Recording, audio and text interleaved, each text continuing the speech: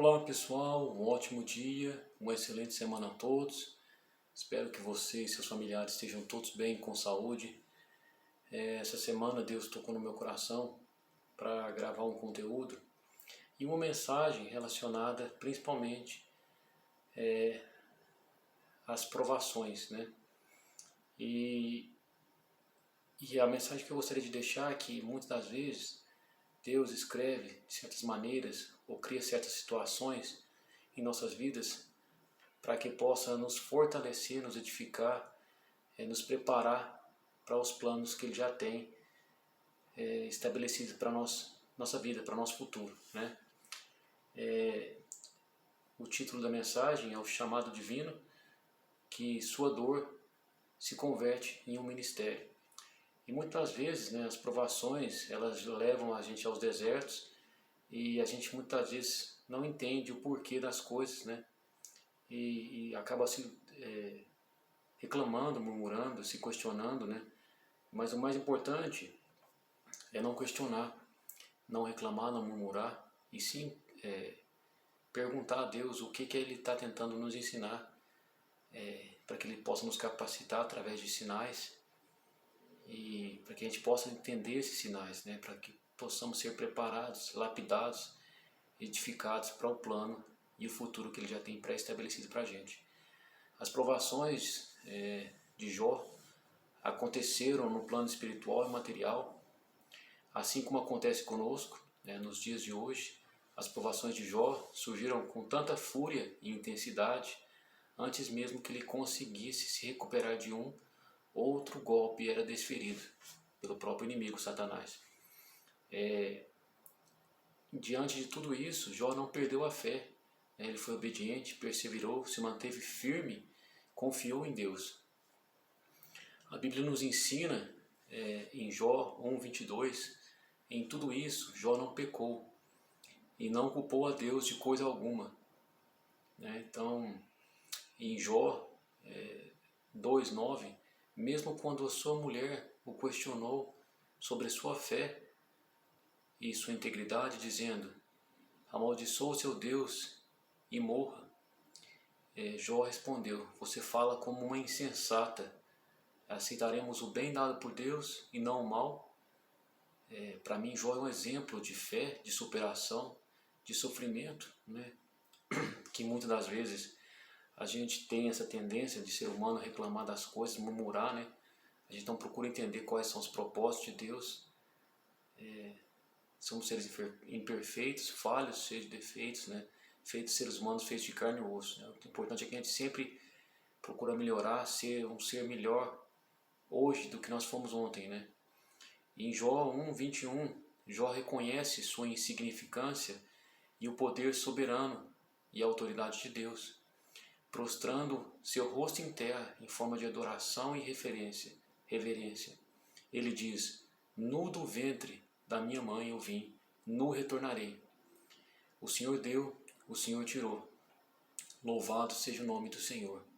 Ao invés de murmurar, reclamar ou culpar a Deus, né? Porque a gente tem uma certa tendência também de reclamar e culpar a Deus o porquê estarmos passando por certas coisas, enfrentando certas adversidades, a gente deve, na verdade, não reclamar, não murmurar, né? De maneira alguma culpar a Deus. Deus escreve de certas maneiras e nos prepara para que nós possamos estar aptos para exercer o plano, o propósito que Ele já tem estabelecido para a nossa vida.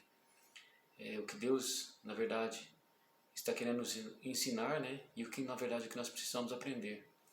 Nada nessa vida acontece por acaso, tudo tem um propósito. Mesmo que a gente não entenda, agradeça, seja grato. Seja grato no pouco. Esses dias mesmo, eu estava num dia até um pouco conturbado, enfrentando certas adversidades e me deparei com uma situação bem que me fez refletir bastante. Eu entrei dentro do supermercado e vi um senhor com duas bolsas, se não me engano, chama colostomia, uma para ejetar os seus decretos, suas excreções,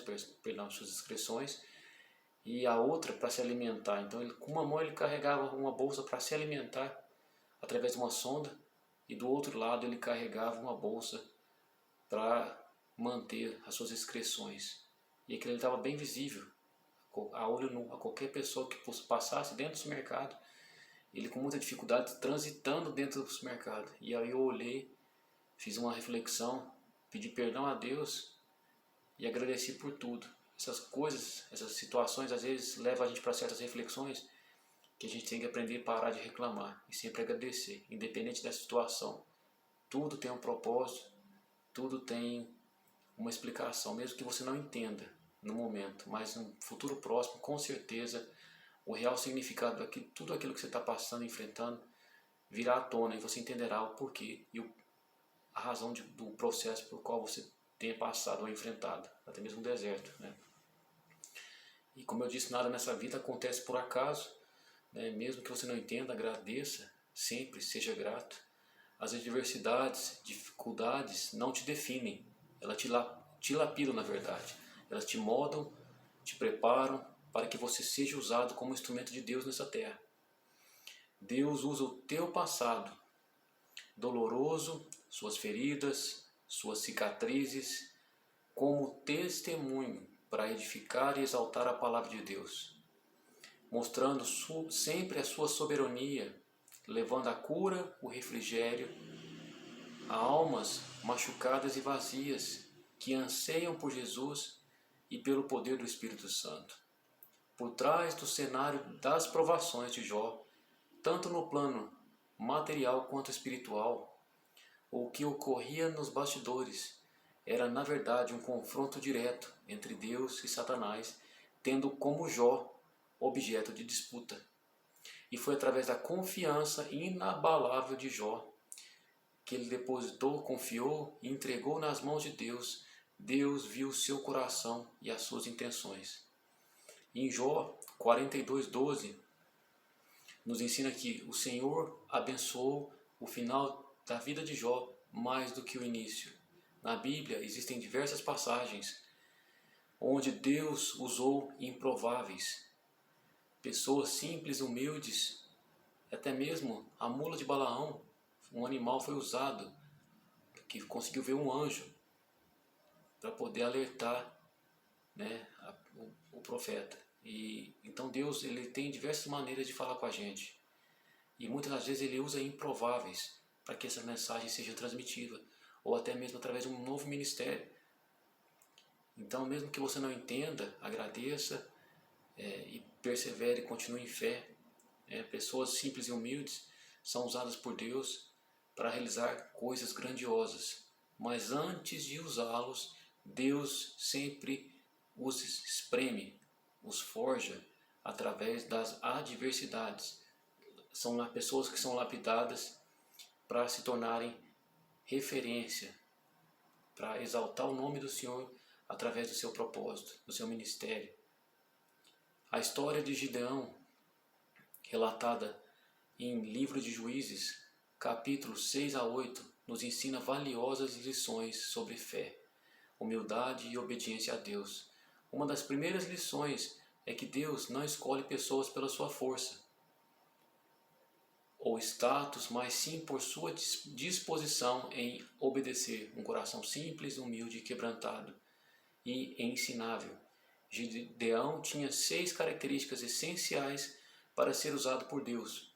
Era humilde, tinha precaução, sempre vigilante, tinha comunhão e espiritualidade, ele era obediente, tinha um coração ensinável e inspiração divina, ele era leal a Deus. Gideão foi simplesmente um agricultor de Israel e se julgava incapaz de liderar, mas Deus o escolheu para libertar o povo dos medianitas.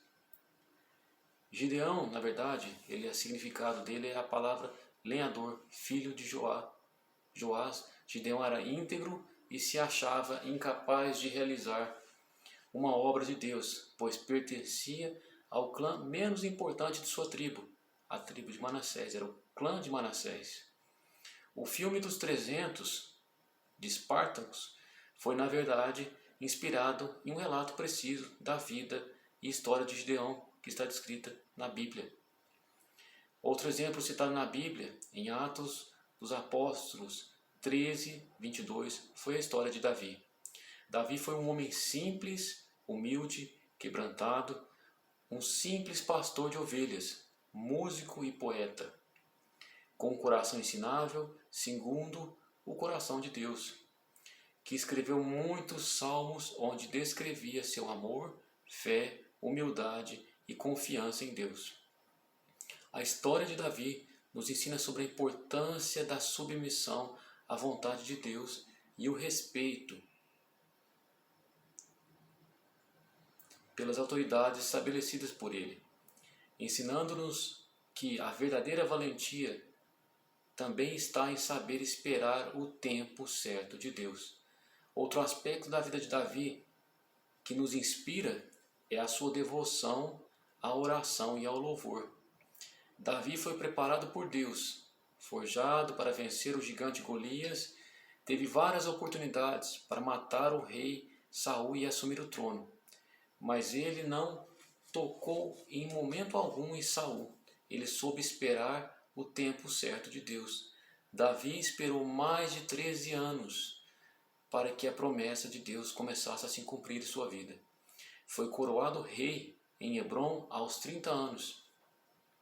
E outro exemplo, citado na Bíblia em Gênesis, foi a incrível história de José do Egito.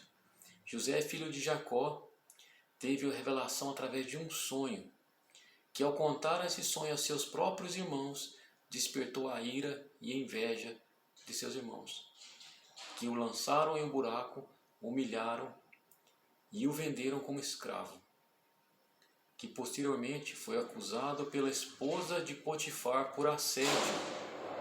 José foi caluniado, foi preso injustamente. José soube esperar e no tempo certo de Deus, Deus o exaltou e o capacitou.